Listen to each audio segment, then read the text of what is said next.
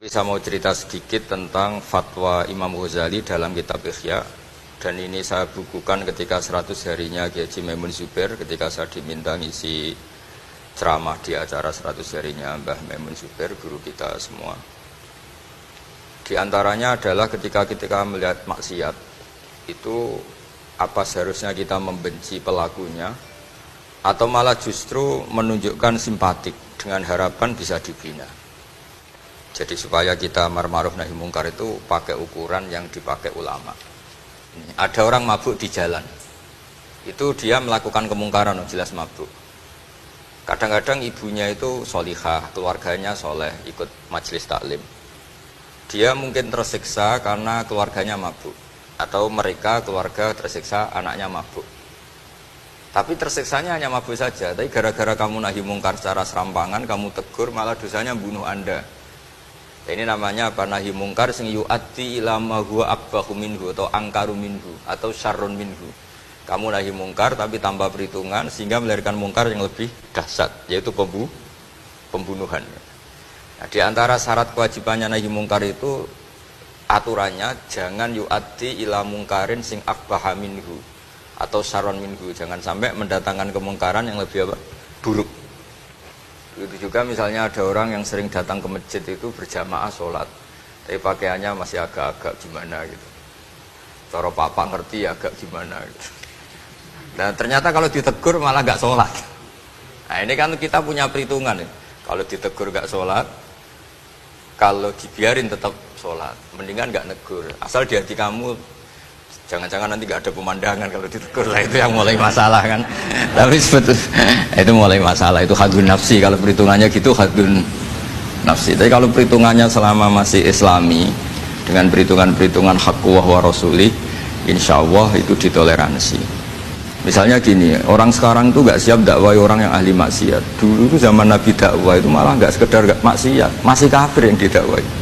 Pertama Quran turun tidak ada qul ya ayyuhan nahdiyun, qul ya ayyuhal muhammadiyun, yang ada malah qul ya ayyuhal kafirun, karena yang didakwahi orang kafir.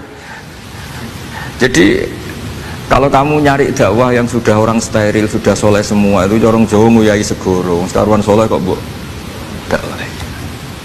Jadi memang tantangannya dakwah itu ke objek yang kita nggak siap.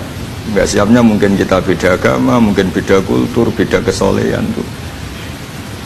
Ya, jadi ini tak baca beberapa makalahnya orang dulu.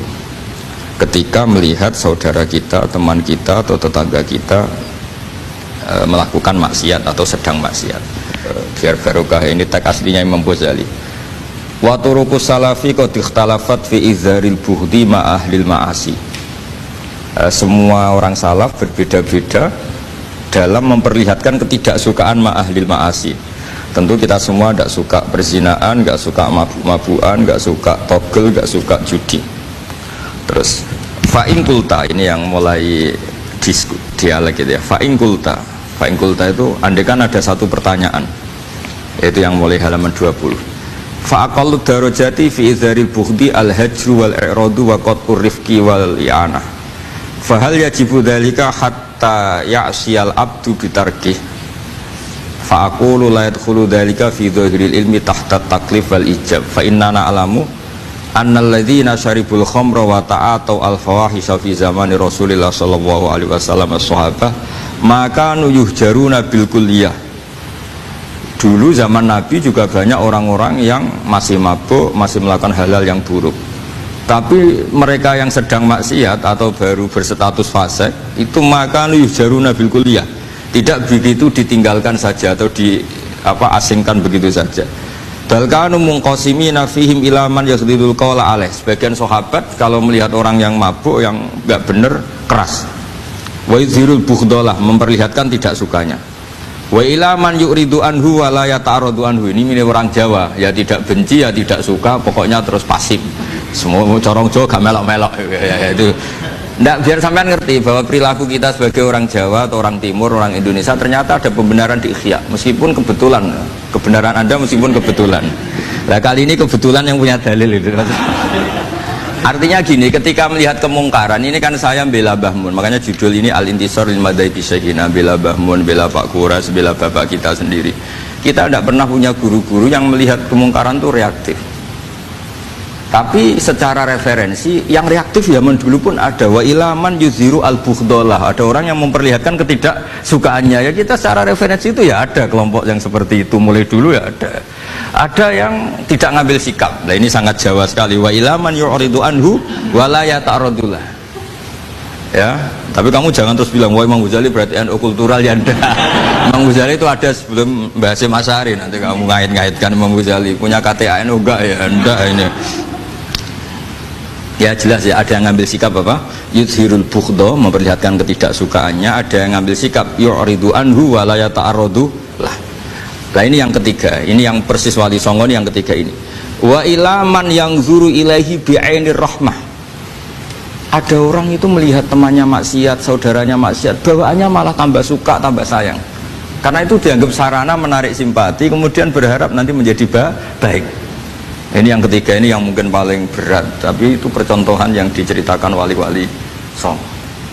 Ini jelas ada ya kelompok ketiga. Artinya gini loh, kalau kamu melihat kiai atau sejarah Wali Songo yang empati atau membina orang-orang fasik dengan kasih sayang, kamu jangan langsung bilang ini Islam apa tidak nahi mungkar. Kamu yang kurang ilmu ribet. Ini jelas ada takbirnya. Mulai ini Imam Ghazali loh, Hujjatul Islam. Orang punya gelar Hujjatul Islam. Bukan dokter, bukan profesor, Hujjatul Islam. Sedunia lagi, bukan versi kampus tertentu. Sedunia, diakui sedunia. Ternyata mulai dulu ada orang yang pilihannya apa? Wa ilaman yang zuru ilaihi bi'ainir rahmah. Ada terusannya, wala yu'athirul muqata'ah wa taba'ud. Dan dia tidak ngambil sikap memutus hubungan dengan yang sedang maksiat. Jadi bawaannya malah yang zuru ilaihi bi'ainir rahmah dan tidak muqata'ah. Tapi tentu ya tidak muqata'ahnya karena niat bina ya, bukan koalisi, bukan malah nanti kayak tadi kalau ada yang ke masjid masih pakaiannya agak gimana, dibina itu untuk lebih baik, jangan takut kehilangan tontonan. Itu yang paling masalah, itu hadu nafsi kalau itu. Kayaknya saya enggak lah, saya kiai. Ini cerita sampai enggak cerita saya. Ya ini jelas nanti kalau yang punya kitab Ihya jelas ikut babnya Kitabu Adabil Ulfah wal Ukhuwah ya. Jadi nanti yang kitab naskahnya beda itu di Ihya-nya ikut apa? Kitabu Adabil Ulfah wal Ukhuwah, bab cara merasa empati, kasih sayang.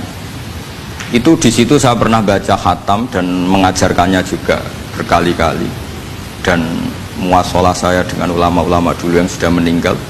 Itu di situ Imam Ghazali kalau dalil itu gini, sampai begini ekstrimnya. Mungkin bagi orang awam tidak ekstrim, tapi bagi ulama itu ekstrim. Fa inna wa ta'ala qadim tanna alaina bi nikmatil ulfah was suhbah isqala wa allafa baina qulubihim. Jadi kebencian itu tidak termasuk nikmat yang dihitung Allah. Yang dihitung Allah termasuk kenikmatan itu wa allafa baina qulubihim. Jadi mu'alafah, merasa nyaman dengan teman kita, saudara kita, meskipun beda ormas, beda kultur, beda apa, itu bagian dari kenikmatan. Jadi jangan mentang-mentang kamu demi nahi mungkar terus adanya kebencian. Itu di Quran jelas, nikmat itu dihitung termasuk pemberian Allah terbesar itu wa allafa bainakum. Ya ini jelas ya. Jadi ada tiga kelompok tadi ya. Jadi kalau jenengan sama orang yang tegas nahi mungkar atau apalah, ya mulai dulu ya ada wa ilaman yakhlidul bughdolah wa yudhirul, tadi apa? Ilaman yakhlidul qala alaih wa yudhirul bughdolah. Itu mulai dulu ya ada. Terus ada yang model Jawa, wa ilaman yu'ridu anhu wa la yata'arradu lah. Jadi gak ngambil apa? Sikap. Corong Jawa gak melok. Terus yang ketiga ini yang cerita Wali Songo, ya kita tidak menangi Wali Songo tapi sudah mutawatir lah kalau cerita-cerita Wali Songo itu nggak pernah negur orang, nggak pernah apa, tapi bisa merubah. Ini yang mahal kan bisa merubah. Itu apa cerita itu riwayatun sing tablughu haddad tawatur lah, karena semua versi kiai, versi film, versi buku kan semuanya sama. Pak Zarkasi apa? Enggak, semuanya menceritakan sama. Kalau Wali Songo itu tidak main kekerasan tapi merubah. Kalau orang-orang yang terlalu liberal kan ya orang rubah, malah tadi seneng aja kalau ini semua orang pakai hijab ribet. Nah itu yang ribet kalau sampai ganti niatnya gitu. Ribet gak punya pandangan tadi loh pada perhitungannya itu, ribet kalau perhitungannya gitu. Ya ini jelas ya. Kelompok ketiga dan ini menurut saya yang luar biasa, wa ilaman yang zuri ilaihi bi ainir rahmah wa la yu'athirul muqata'ah wa tab'al.